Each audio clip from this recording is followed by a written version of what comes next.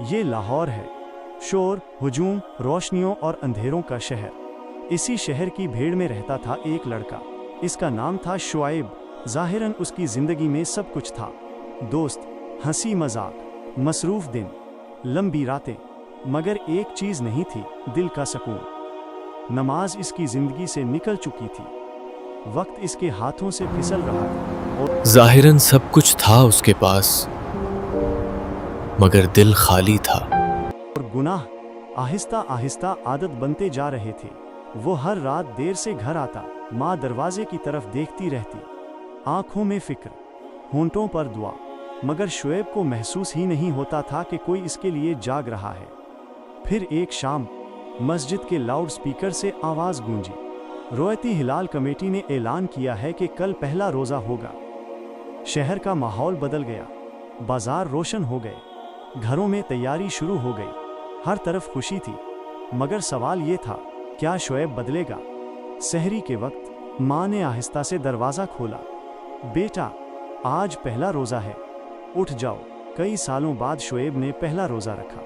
دن لمبا تھا، بھوک تھی، پیاس تھی، مگر عجیب بات یہ تھی کہ دل میں ایک سکون تھا۔ فجر کی نماز میں جب وہ مسجد گیا تو اسے یوں لگا جیسے وہ کسی بھولی ہوئی جگہ پر واپس آ گیا ہو۔ نماز کے بعد اس نے ہاتھ اٹھائے، یا اللہ مجھے معاف کر دے۔ یہ شاید اس کی زندگی کی سب سے سچی دعا تھی، نفس کی جنگ اور سچی خوشی۔ دن گزرتے گئے، رمضان صرف بھوکا رہنے کا نام نہیں تھا، یہ نفس کو روکنے کا مہینہ تھا۔